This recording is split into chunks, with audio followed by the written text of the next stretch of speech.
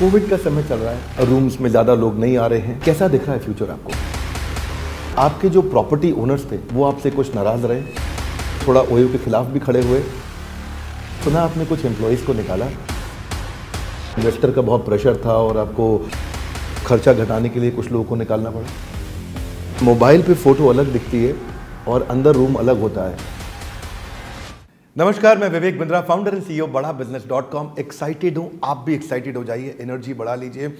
इतनी छोटी उम्र के अरबपति बिलियनियर आपको मिलवाने जा रहे हैं। I think first decacorn of our country, $10 billion से ज़्यादा का वैल्यूएशन रहा।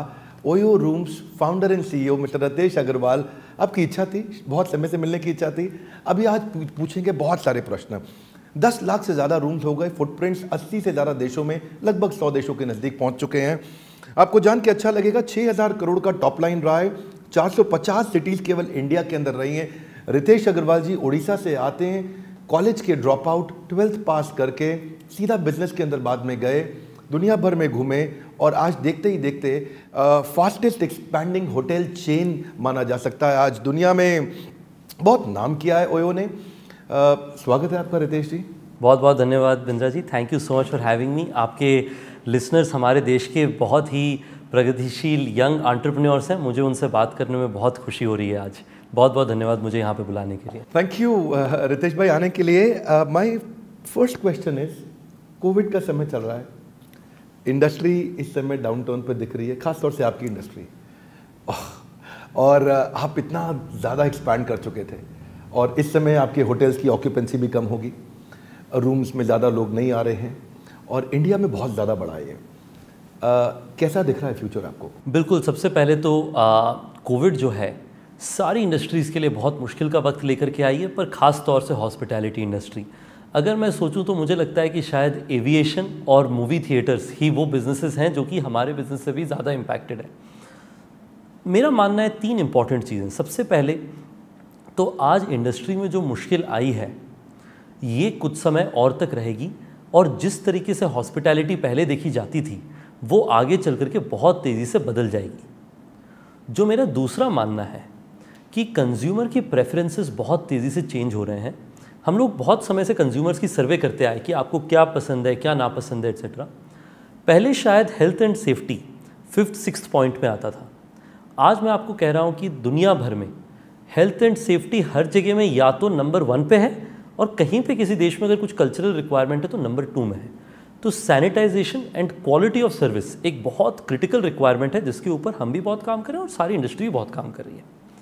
और जो मेरा तीसरा मानना है इज़ दैट इस समय में हर इंडस्ट्री के लीडर को टेक्नोलॉजी को अपनी बिजनेस के अंदर में इंप्लीमेंट करना ही पड़ेगा। आपने देखा हो, कई बार आप होटल जाएंगे तो आप देखेंगे 10 लोग 15 लोग हर लॉबी में आपको नज़र आते होंगे, और कई बार आपने सोची भी होगी कि क्या इतने लोगों की एफिशिएंसी की रिक्वायरमेंट्स है क्या।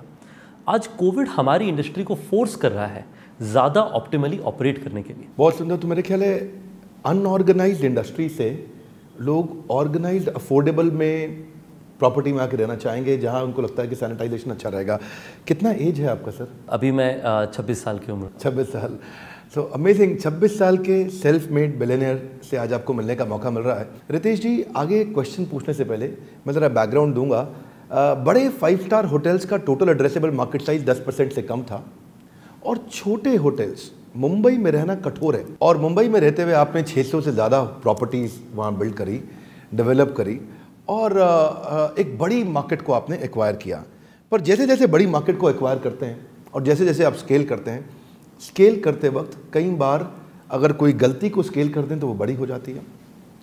तो ऐसा कई बार हमने अखबारों में पढ़ा और सुनने में आया कि आपके जो प्रॉपर्टी ओनर्स थे वो आपसे कुछ नाराज़ रहे और वो थोड़ा ओयो के खिलाफ भी खड़े हुए, और उन्होंने कहा कि ओयो की प्राइसेस चेंज होते रहते हैं, और आपने एक समय पे उनको कमिटेड रेवेन्यू का भी नंबर दिया था जो कि पूरा नहीं होने पे उनको मुश्किलें हुई, और ये झगड़ा बीच में कुछ दिन के लिए बढ़ता हुआ दिखाई पड़ा था। फिर आपने इसको मैनेज कैसे किया? बहुत अच्छा सवाल है बिंद्रा जी, और मुझे लगता है कि आपके व्यूअर्स के लिए भी ये इंटरेस्टिंग होगा, क्योंकि भारत के अंदर में अगर आप देखें तो बहुत सारी कंपनी नहीं हैं जो कि छोटे छोटे बहुत लार्ज इकोसिस्टम्स के साथ पार्टनर करती हैं। हमने भारतवर्ष में सिर्फ 19,000 होटल और होम ओनर, दुनिया की जो हमारी 93,000 है उनमें से लगभग 19,000 हमारे पास सिर्फ भारत में हमारे पार्टनर्स हैं। तो मैं इस हमारे जवाब को 4 हिस्सों में बांटूंगा। सबसे पहले ओयो का जो प्राइमरी बिजनेस मॉडल है, जो कि छोटे होटल्स होते हैं उनको हम लोग जाकर के 4 से 5 चीज़ें मुहैया करवाते हैं। हम उन्हें काम देते हैं, हम उन्हें ब्रांड देते हैं, हम उनकी जो थर्ड पार्टी दूसरी वेबसाइट्स में मार्केटिंग होती है, चाहे वो ऑनलाइन ट्रैवल एजेंट हो, ऑफलाइन ट्रैवल एजेंट हो, उसमें मार्केटिंग में बेहतरी के लिए मदद करते हैं।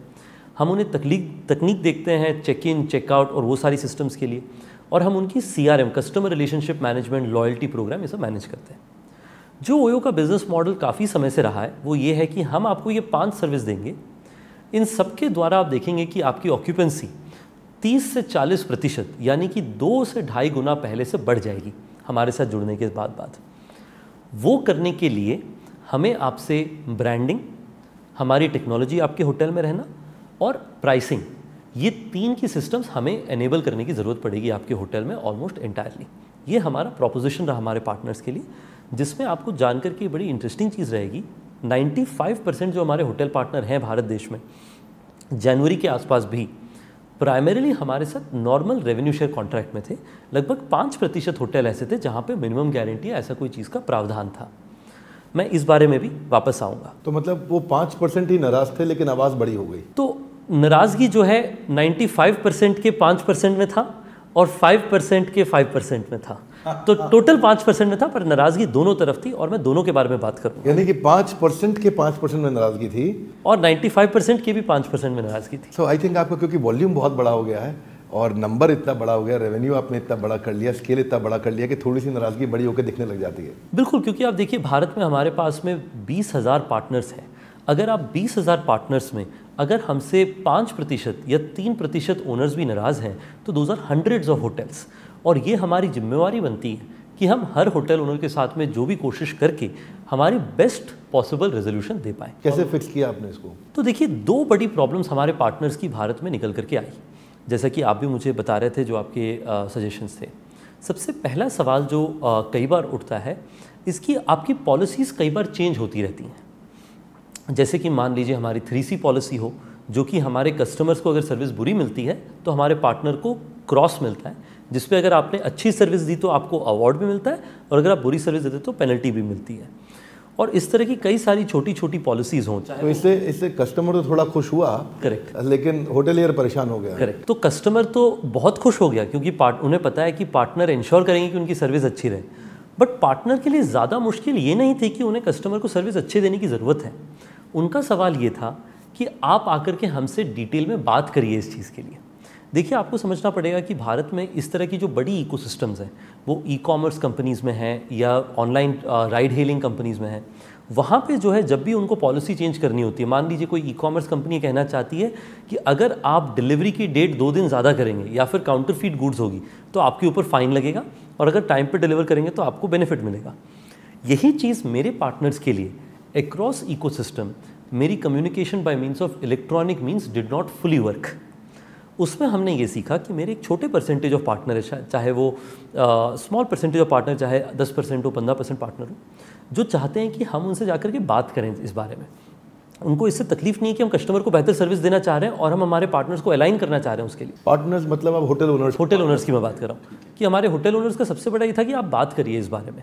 तो इसके लिए अभी हमने क्या किया बिंद्रा जी, हमने एक सैम टीम सेटअप किया है। इनका काम है account manager, strategic account manager. इनका काम है अकाउंट मैनेज करना हर प्रॉपर्टी को, इंश्योर करना कि अगर जो हमारे पार्टनर्स को फ़ोन में ज़्यादा बात करने की ज़रूरत है या उनसे एक स्पेशल पर्सनलाइज्ड एक्सपीरियंस की ज़रूरत है, जब भी कोई पॉलिसी हम चेंज करें, हम उनके साथ बियॉन्ड द लीगल रिक्वायरमेंट उनसे फ़ोन में भी बात करें। और उसके साथ साथ पहले हम ये कहते थे कि अगर ये पॉलिसी चेंज हो रही है, आपको अगर ये पॉलिसी नहीं पसंद है, हमारे और पार्टनर के पास में, दोनों के पास में 30 दिन का नोटिस पीरियड रहता था कि हम दोनों नोटिस दे करके साथ में डिसॉल्व कर सकते हैं कॉन्ट्रैक्ट को। हमारे पार्टनर्स ने कहा कि रितेश जी 30 दिन बहुत कम है, हमें जो है कम से कम 2 महीना का या 3 महीने का वक्त लगेगा ये सोचने के लिए, क्योंकि बड़ा डिसीजन है मेरे बिजनेस के लिए। तो हमने समय भी अभी एक्सपैंड कर दिया है कोई भी पॉलिसी चेंज का। पर दैट सेड, कस्टमर की इम्प्रूवमेंट के लिए इकोसिस्टम में हर तरह की कंपनी पॉलिसीज़ लेकर के आती है in order to ensure integrity रहे।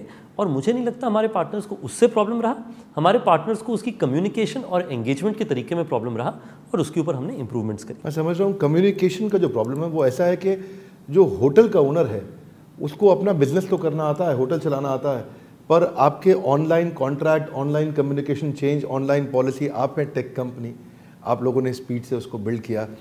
बहरहाल ये समस्याएं आती हैं और आपने इसके कई उपाय निकाले, मुझे अच्छा लगा सुन करके, और आपने चीज़ें फिक्स करी। आपके अभी पार्टनर्स का सेटिस्फैक्शन लेवल कैसा है इस समय? मुझे बहुत खुशी है बिंद्रा साहब ये बताने के लिए कि पिछले 2 महीने में लगभग 84,000 रूम्स और 3600 न्यू पार्टनर्स आकर के हमारे साथ जुड़े हैं। और जो हमारे पास्ट वाले पार्टनर्स थे उनकी लॉयल्टी हमारे साथ में बढ़ी है। उसके मेरे हिसाब से 3 बड़े कारण हैं। सबसे पहला, हमारी जो फीडबैक ऑफ पॉलिसी और रिकॉन्सिलिएशन थी उस पर हमने बहुत बदलाव और इम्प्रूवमेंट किया था जनवरी से ही, तो उसका जो रिज़ल्ट है हमारे पार्टनर्स में अभी दिखना शुरू हुआ था और हमने कई सारे लोगों के लिए नया वर्जन अभी रिसेंटली भी रिलीज़ किया है। दूसरा जो मैंने चीज़ देखी कि हमारे पार्टनर्स को बिज़नेस की रिक्वायरमेंट और ओयो का सपोर्ट आज के दिन में और ज़्यादा चाहिए, जिस कारण से हम लोग हमारे पार्टनर से और डीपली जुड़ते जा रहे हैं। तीसरा जो सबसे इम्पॉर्टेंट चीज़ है, इस हमारे पार्टनर्स ने इस बार रिबेट्स भी मांगी कि हमें थोड़ा थोड़ा आप फीस में रिबेट्स दीजिए, जिससे कि हम उन पैसों को हमारे होटल में कहीं पे निवेश करने में लगा सकते हैं। तो हमने सिर्फ एक ही कंडीशन रखी कि आपको अपना होटल अगर अनलॉक के समय आप खोलते हैं तो उस समय हम आपको थोड़े पैसे रिबेट करेंगे। हमने 24 करोड़ रुपए हमारे पार्टनर्स को भारतवर्ष में रिबेट दी और हमारा होप या इंटेंशन ये था कि अगर लोग होटल खोलेंगे उस चीज़ को वो सैनिटाइज स्टेज में इन्वेस्ट करेंगे और वो सैनिटाइज स्टेज से लोगों का 1.5 टाइम, जैसे मैंने आपको कहा, रेवपार इंप्रूवमेंट आ पाएगा। बट दैट सेट, हमारी जो मैंने 2 प्रॉब्लम बताई, एक प्रॉब्लम की तो हमने बात कर ली थी। जो दूसरा प्रॉब्लम कई बार हमारे पार्टनर से आता है कि आप ना बहुत कम दरों में रूम्स को बेच देते हैं। उसमें एक बहुत इंटरेस्टिंग चीज़ ये है कि जब हम इस इंडस्ट्री में पहली बार आए थे बिंद्रा जी, तब एक प्राइस 6-6 महीने 8-8 महीने के लिए रहती थी। इसको कहा जाता था सीजन टैरिफ्स, कि हर 2 सीज़न होती थी, दोनों सीज़न की अलग अलग टैरिफ रहती थी। जबकि अगर आप एयरलाइन देखें या कोई भी इंडस्ट्री देखें, वहाँ पे एक बड़ी इंप्रूवमेंट ये हुई कि दिन में ही 20 बार प्राइसेस ऊंच नीच हो जाती हैं। तो इसको कहते हैं डायनामिक प्राइसिंग। तो हमने डायनामिक प्राइसिंग हमारे होटल्स के लिए लेकर के आए, जिसमें सडनली जिस होटल में 6 महीने एक प्राइस रहता था वो डेली 4-5 बार प्राइस बदलता। इसका मतलब क्या है? आपने कई बार, अगर आपके व्यूअर्स कई सारे होंगे जो लोग बड़े शहर में, किसी शहर में अगर रेंट लेने जाए अपार्टमेंट, तो हमेशा कोई ना कोई लैंडलॉर्ड से मुलाकात होगी जो कहेंगे कि अगर आप 50,000 रुपये से कम कहेंगे ना, मैं अपार्टमेंट खाली रख दूंगा पर आपको रेंट में नहीं दूंगा। यही थॉट प्रोसेस जो है कई बार होटल में भी आ जाती है कि ये रूम को मैं 3,000 रुपये के नीचे नहीं रेंट करूंगा। बट अगर उस रात वो रूम नहीं भरा तो अपॉर्चुनिटी कॉस्ट लॉस्ट है। इसलिए मैं हमेशा कहता हूँ 1,000 रुपये में 80% की ऑक्यूपेंसी का मतलब है ऑक्यूपेंसी मल्टीप्लाई ARR, यानी 800 रुपये का रेवपार, और 3,000 रुपये पे 20% की ऑक्यूपेंसी यानी 600 रुपये का रेवपार। ये बेहतर है कि आप 1,000 रुपये में 80% कमरे बेचें। ये हमारे कई सारे पार्टनर समझते हैं, 90% से ज़्यादा पार्टनर समझते हैं। उनका ऑक्यूपेंसी 55% ज़्यादा रहता है, ARR जो कि डेली रात का रेंटल होता है वो 10% कम रहता है, और रेवपार जो कि ऑक्यूपेंसी मल्टीप्लाई बाय ARR है वो 44% ज़्यादा रहता है। ये हम लोग 90% से ज़्यादा ओनर को समझा सकें। कुछ हमारे पार्टनर्स हैं जो इससे पूरी तरह से अलाइन नहीं है या उन्हें ये पूरी चीज़ समझ नहीं आई है। ये उनकी प्रॉब्लम नहीं है, ये हमारी प्रॉब्लम है। और आई थिंक वो आपसे एक्सपेक्ट करते हैं कि आप फिजिकल कम्युनिकेशन को बिल्ड करें। करेक्ट। और आपके यहाँ जो होटल एक्वायर करने जाता है, जो सेल्स का आदमी है, वो अगर सर्विस का रोल भी अगर वही निभा सके, क्योंकि बाद में मुझे लगता है कि ऑपरेशंस की टीम आपकी अलग होती होगी और होटल एक्विजिशन की टीम अलग होती होगी। बहरहाल मैं इन सब के कारण कभी कभार कस्टमर को भी नुकसान हुआ है। बिल्कुल। और कस्टमर को नुकसान ऐसे हुआ है कि अगर प्रॉपर्टी का रेट उस दिन थोड़ा आपने कम दिखाया और होटल प्रॉपर्टी ओनर ने किसी और को ले लिया और इसकी बुकिंग कैंसिल कर दी, तो कस्टमर को वापस जाना पड़ता है। बिल्कुल। और तब कस्टमर का एक्सपीरियंस खराब होता है। तो कस्टमर के लिए हमारे लिए बहुत क्रिटिकल है ये समझना कि हमारे भारतवर्ष में ओयो का कस्टमर कौन है और किस मात्रा में आता है। ओयो की भारतवर्ष में मिलियंस ऑफ नंबर्स पे कस्टमर्स हमारे साथ में जुड़े हुए हैं, जो कि चाहे बिजनेस पीपल हैं, लेजर ट्रैवलर हैं, इंडिविजुअल्स हैं, मिलेनियल्स हैं, हर तरह के लोग ओयो के साथ में रहते हैं। उनका choice of OYO is due to 4 to 5 reasons. उनको रिलायबल सर्विस मिलनी चाहिए, अच्छा दाम मिलना चाहिए, लोकेशन अच्छी मिलनी चाहिए, ईजी बुकिंग एक्सपीरियंस होना चाहिए, और खुदा ना खास्ता अगर कोई प्रॉब्लम हो गया तो फिर ओयो उनके पास मौजूद होना चाहिए कि हम उन्हें हेल्प करें। इसमें पिछले साल मुझे बताते हुए बड़ी खुशी है कि भारत में 92% कस्टमर हमारे जो हैं वर्ड ऑफ माउथ या रिपीट से होकर के आए। पर इसी में हालांकि कंज्यूमर को रिलायबिलिटी, दाम, यूबिक्विटी, अवेलेबिलिटी सब कुछ अच्छा लगा, 2 इंपॉर्टेंट इंप्रूवमेंट एरियाज रही। उसमें एक जो सबसे इंपॉर्टेंट चीज़ रही जो आप कह रहे हैं इज़ दैट कस्टमर अगर किसी रिसेप्शन में पहुंचा और अगर हमने कभी कोई बहुत कम दाम दे दी और कस्टमर और रिसेप्शनिस्ट की एग्रीमेंट नहीं हो पाई और कस्टमर को अगर किसी और होटल में मूव करना पड़ा नियर बाय, चाहे वो ओयो के द्वारा ही क्यों ना हो, उसमें तकलीफ आती है। इसके अंदर में बहुत ज़रूरी है ये इंश्योर करना हमारे लिए कि हर कस्टमर जो ओयो में आता है उसको इमीडिएटली इंस्टेंट चेक इन मिले। तो मेरे लिए यही नहीं कि कस्टमर को चेक इन मिले, कस्टमर को बिना वेट करे चेक इन मिले, बहुत इंपॉर्टेंट रिस्पॉन्सिबिलिटी है। इसके लिए हमने 3 इंपॉर्टेंट चीज़ें करी हैं। सबसे पहले, किसी भी होटल में अगर हम ये देखते हैं कि ये इंस्टेंस 2 बार होता है, हम वो होटल को हमारी नेटवर्क से जनवरी के बाद से हटा देते हैं। हम लोगों के लिए 2%, 3% कम होटल पार्टनर्स के साथ या होटल ओनर के साथ हम काम करें, हमें चलेगा, बट हम चाहते हैं कि हमारे कस्टमर को कोई भी तकलीफ ना हो, क्योंकि कस्टमर हैं उसीलिए हम और हमारे पार्टनर्स भी हैं। क्योंकि बाकी 98% पार्टनर जो अच्छा काम कर रहे हैं वो इसका पेनल्टी क्यों भुगतें जब वो 1 या 2% ओनर से ऐसी कोई गलती हो जाए। दूसरा, ये मेरे लिए बहुत इंपॉर्टेंट क्राइटेरिया जिसके कारण मेरे जितने सीईओज़ हैं दुनिया भर में, हमारे टोटल 5 की सीईओज़ हैं जो India, south east Asia, Europe, US, LatAm, इस तरह की अलग अलग ज्योग्राफी चलाते हैं। ये प्रॉब्लम थोड़ी इंडिया फोकस रही या कुछ चैलेंजेस रहे, तो इसमें ऑलमोस्ट हर रोज़ मेरी हमारे भारत के सीईओ से डिस्कशन होती है कि कल के कस्टमर्स में किसी को तकलीफ आई क्या। उससे जो है सारी कंपनी में एक ये मोड बन गया है कि इंश्योर करना हर कस्टमर का instant check in and best quality service हम एनेबल कर पाएँ। और तीसरा जो सबसे इम्पॉर्टेंट है, हमने ट्रांसपेरेंसी शुरू करी है, जहाँ पे आप हमारे होटल के साथ में बहुत जल्दी देख पाएंगे कि चेक इन स्कोर क्या है, जिससे कि इस महीने तो अगर कोई प्रॉब्लम होगी तो होटल रहेगी नहीं हमारे पास में, बट पास्ट की इश्यूज़ भी आप ट्रांसपेरेंटली देख पाएंगे। इन सबसे हमारा सिर्फ एक ही रिक्वेस्ट है या एस्पिरेशन है, इस कस्टमर्स को 99.999% प्लस कॉन्फिडेंस हो कि अगर वो ओयो आ रहे हैं उनको एक रिलायबल, ट्रस्टवर्दी एक्सपीरियंस मिलेगा। इस पे पिछले 5-6 महीने में बहुत अच्छा काम हुआ है, बट मैं मानता हूं कि ऐसे कुछ हमारे इश्यूज़ पिछले साल के एंड में और कुछ थोड़े बहुत इश्यूज़ इस साल के अर्ली में भी थे, बट हम इसे बहुत तेज़ी से इंप्रूव कर चुके हैं। देखिए, ये तो पक्का है कि कस्टमर को कॉन्फिडेंस रहता है कि अगर मैं किसी प्रॉपर्टी में जा रहा हूँ तो ओयो के को शिकायत करूँ तो मेरी सुनी जाएगी, उसको ये कॉन्फिडेंस तो रहता है। मैं ये भी मानता हूँ कि आपने इसको अफोर्डेबल ग्रेट एक्सपीरियंस देने का प्रयास किया। एयरबीएनबी के मुकाबले में इस तरह से भी अच्छा मानता हूँ कि वो एक कमर्शियल प्रॉपर्टी होती है तो उसका रखरखाव अच्छा होता है, बजाय कि वो एक रेजिडेंशियल किसी मकान मालिक के साथ में हो। परंतु फिर भी ऐसा भी कभी होता है कि मोबाइल पे फ़ोटो अलग दिखती है और अंदर रूम अलग होता है। ये गलती ना हो, इसके लिए आप क्या कर रहे हैं? बहुत अच्छी सवाल है ये भी। मैं आपको बताता हूँ, अगर आप कभी भी नॉर्थ ईस्ट में कुछ जगहों में जाएं तो वहाँ पे आप देखेंगे कि हमेशा रिसेप्शनिस्ट जो है वो कहते हैं कि आपको माउंट व्यू मिलेगा।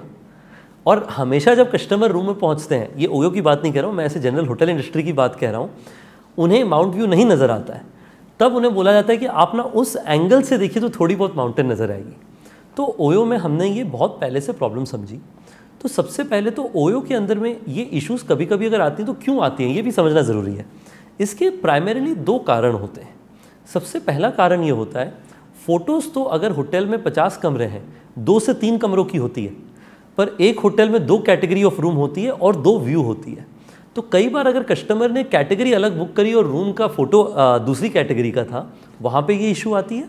या फिर व्यू का इशू आता है कि अगर आपकी कोई व्यू की एस्पिरेशन थी तो क्या डिफरेंस है। व्यू वाला प्रॉब्लम तो हमने पिछले 2-3 साल से सॉल्व कर दिया बिंद्रा जी, कि अगर आप ओयो का होटल का पिक्चर देखें तो उसमें आपको अलग अलग नज़र आएगा कि कौन सा व्यू कौन से रूम के साथ कनेक्टेड है। उसके कारण मुझे बड़ी खुशी है कि अगर आप ओयो के साथ नॉर्थ ईस्ट जाएँ तो अगर आपको माउंट व्यू बोला जा रहा है तो आपको माउंट व्यू ही मिलेगा। पर जो दूसरा इशू है वो बहुत रियल है कि आपकी 2x रूम आपने बुक करी, जबकि आपने जो है फ़ोटो देखी 3x वाली रूम की। तो उसके लिए हमने अभी क्या किया है, अगर आप हमारी फ़ोटोग्राफ देखें तो उसमें हमने अलग अलग बटन्स बना दिए हैं और उसके अंदर जो है 2x रूम की अलग फ़ोटोज़ आ गई हैं और 3x रूम की अलग फ़ोटोज़ आ गई हैं। और उसके साथ साथ हमारी फोटोग्राफी सिस्टम्स में भी हमने कहा है कि आप ज़्यादा नेचुरल लाइट से ही आप एक्सपेक्टेशन रखिए रादर देन आर्टिफिशियल लाइट, जिससे कि ज़्यादा नेचुरल लगे जगह। सुंदर, बहुत अच्छा लग रहा है। और भारत का एंटरप्रेन्योर आपसे बहुत इंस्पायर्ड है और भारत का एंटरप्रेन्योर भी आपसे बहुत इंस्पायर्ड है। पर मैं थोड़े बीच बीच में कठोर प्रश्न पूछ रहा हूँ। मेरा अगला प्रश्न है, मैंने सुना आपने कुछ एम्प्लॉयज़ को निकाला और पाथ टू प्रॉफिटेबिलिटी के लिए चलते वक्त आपने काफ़ी रिस्ट्रक्चरिंग किया, जिसके कारण काफ़ी सारे एम्प्लॉयज़ गए। उसके विषय में हम जानना चाहते हैं, समझना चाहते हैं उसका क्या कारण रहा। हाँ, तो ये बड़ा इम्पॉर्टेंट सवाल है। सबसे पहले तो हमारे बिज़नेस के अंदर में शायद वो डिसीजन हमारे लिए सबसे मुश्किल डिसीजन रहा है हमारी हिस्ट्री के अंदर में। इसके अंदर में मैं आपको बताना चाहता हूँ इसका कारण क्या रहा।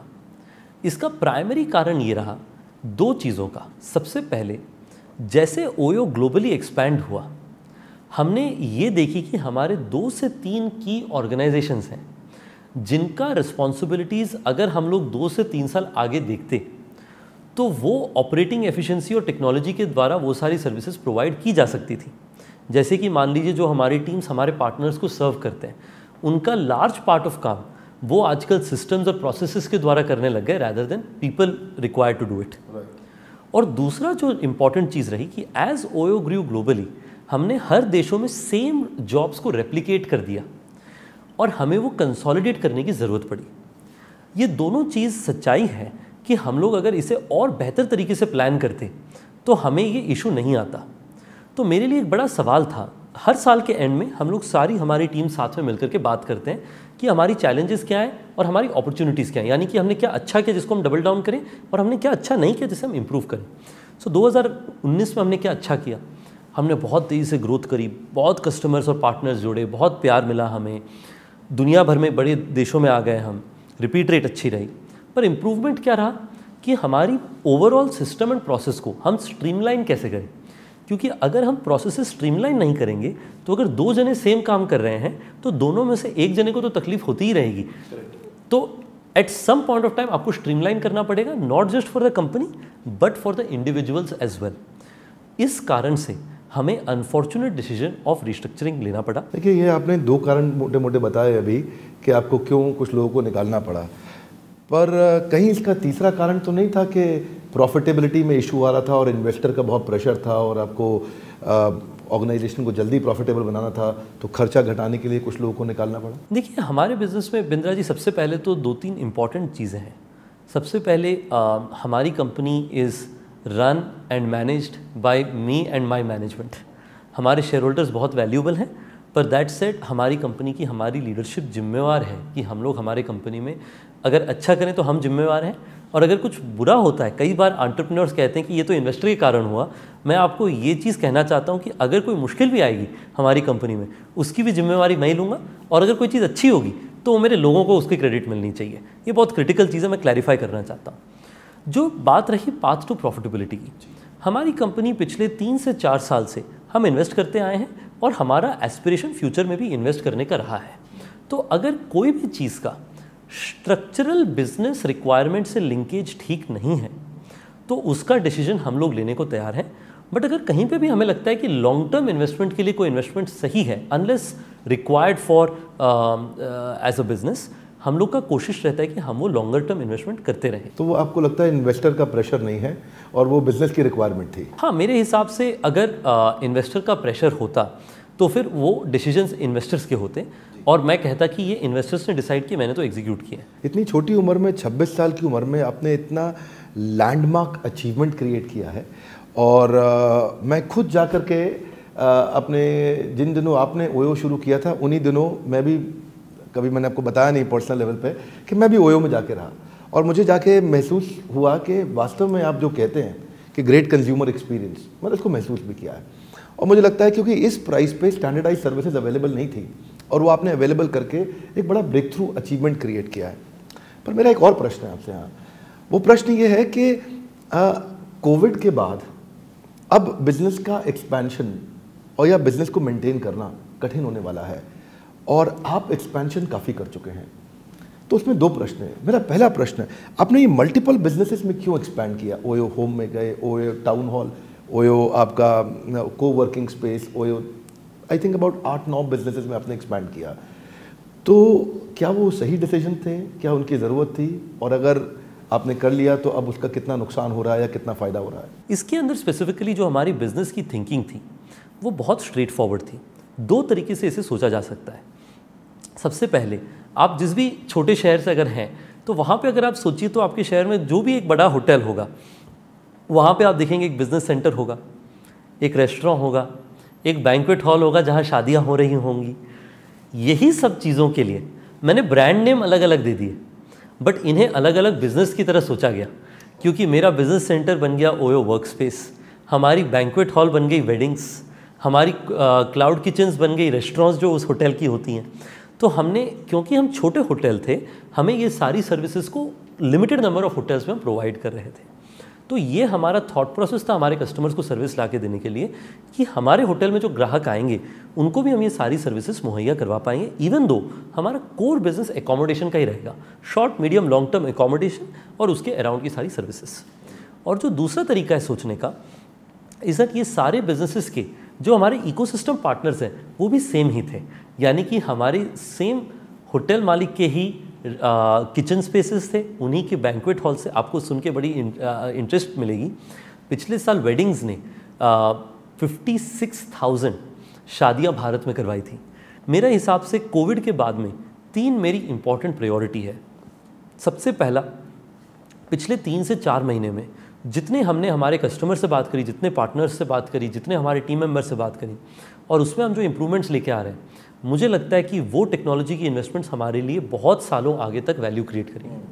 अगर आप देखें, जब भी क्राइसिस आती है दुनिया भर में, सबसे बेस्ट कंपनीज जो होती हैं वो अपनी टेक्नोलॉजी, अपनी सिस्टम्स को बेहतर करते हैं। हमारे एक मित्र हैं, वो कह रहे थे, when the seas have storms the fisherman comes and repairs the net, तो we are repairing our net. Beautiful, beautiful, क्या बात कही, वेरी इंस्पायरिंग। हाँ, जब समुद्र में तूफान आता है तो मछुआरा उस समय अपने जाल को रिपेयर, उसको ठीक और उसको और मजबूत कर रहा होता है, और आपने बताया जब दुनिया में डाउन टर्न आता है तो उस समय अपनी टेक्नोलॉजी, इंटरनल कैपेबिलिटीज़ को और मजबूत करने का समय आता है।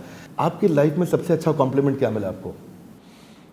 कि हमने एक इंडिविजुअल जो जिनके पास में कोई भी अपॉर्चुनिटीज़ नहीं थी, उनको पहले कॉल सेंटर का जॉब दिलवाया, और उसके बाद में आज वो 12 होटल अपने आप के चलाते हैं। मुझे बहुत प्राइड है उनसे। आपका कोई एम्प्लॉय, कॉल सेंटर का एम्प्लॉय आज 12 होटल चला रहे हैं, बहुत सुंदर।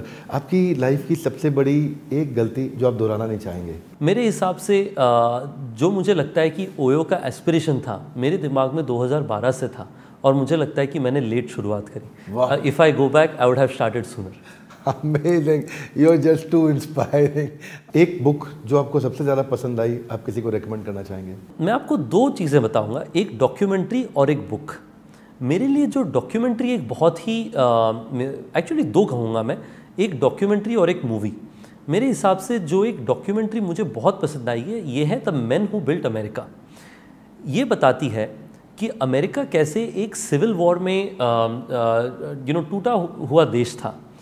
उस समय वहाँ के 4 बड़े एंटरप्रेन्योर्स ने अपने दमखम से, अमेरिका इतना वेल्दी भी नहीं था, उनके पास इतने रिसोर्स भी नहीं थे, 4 एंटरप्रेन्योर्स ने इतना मेहनत किया और इतनी मुश्किलें सही, जिससे उन्होंने यूएस में इतना वेल्थ क्रिएट किया कि यूएस दुनिया में सुपर पावर बन के निकला। तो जब लोग कहते हैं कि कंट्री सुपर पावर कैसे होती हैं, मैं हमेशा कहता हूँ कि एंटरप्रेन्योर्स का उसमें योगदान बहुत सिग्निफिकेंट होता है।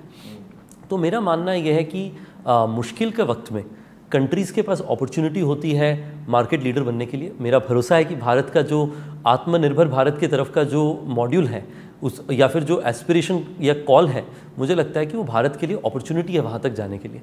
जो मैं किताब बताऊँगा, इसके अंदर में एक है जो इलॉन मस्क की बायोग्राफी है, जो मुझे बहुत हमेशा इंस्पायर करती है, और उसके साथ साथ एक कस्टमर सर्विस के ऊपर किताब है जो कि टोनी शे, ज़ैपोस के फाउंडर ने लिखी है, जो कि मुझे बहुत इंटरेस्टिंग लगती है। भारत के अभी आने वाले यंग स्टार्टअप्स को, एंटरप्रेन्योर्स को आप क्या एडवाइस देंगे? मुझे लगता है सिर्फ एक ही एडवाइस दूंगा मैं, कि हमेशा आप जब किसी टनल के अंदर हैं और आप खोदते जा रहे हैं और आपको लग रहा है अंधेरा ही अंधेरा है, याद रखिए कि हमेशा दूसरी तरफ लाइट एक समय ना एक समय आएगा। तो मेरा हमेशा कॉन्फिडेंस ये रहा है, there is always light at the end of the tunnel. मुझे लगता है कई बार एंटरप्रेन्योर्स बहुत जल्दी गिव अप कर देते हैं। मैं चाहूँगा कि एंटरप्रेन्योर्स लगे रहें, और अगर वो मेहनत करते रहेंगे, मुझे कॉन्फिडेंस है कि दूसरी तरफ सनलाइट ज़रूर आएगा। और यही मैंने अपने आप के से देखा। मैं जब पहले कोशिश कर रहा था बड़े सालों तक, 2-3-4 सालों तक नई नई चीज़ें कोशिश कर रहा था, कभी कोई बिज़नेस चलती नहीं, और अगर चलती तो उसमें स्केल नहीं आ रहा था, लोग सपोर्ट नहीं करते थे, पर मेरे अंदर एक वो कॉन्फिडेंस था कि मैं जो काम कर रहा हूँ इसमें कोई ना कोई इम्पैक्ट लॉन्ग टर्म में आएगा। मुझे लगता है कि लोगों के अंदर अगर ये कॉन्फिडेंस हो और अगर वो लगे रहें, there is always light at the end of the tunnel. ओयो हमारे भारत का एक ब्रांड है, हमारे देश का एक ब्रांड है, और देश के एक यंग एंटरप्रेन्योर ने आज एक $10 बिलियन यानी 75,000 करोड़ की कंपनी बनाई है, पूरे विश्व में लेके गए हैं। मुझको नाज है, मुझे गर्व है। आपको कैसा लगा रितेश जी से मिलके? नीचे कमेंट बॉक्स में बताइए मुझको। अगर आपको अच्छा लगा हो एक यंग एंटरप्रेन्योर की स्टोरी जिसको आपको पूरे आसपास अपने सोचिए किस किस को आप शेयर करना चाहेंगे, ज़रूर इस वीडियो को फैलाइए। I think this will be a great inspiration for other people to know about him also. अगर अच्छा लगा हो वीडियो, लाइक करके उत्साह बढ़ाइए, सब्सक्राइब करिए, बेल आइकन को हिट करिए। हमारे साथ जुड़े रहने के लिए, हर बार वापस आके वीडियोस को देखने के लिए, वर्ल्ड का नंबर 1 एंटरप्रेन्योरशिप यूट्यूब चैनल बनाने के लिए आपका हृदय की गहराइयों से प्रेम पूर्वक बहुत बहुत धन्यवाद। रितेश जी विशेष धन्यवाद। बहुत बहुत धन्यवाद।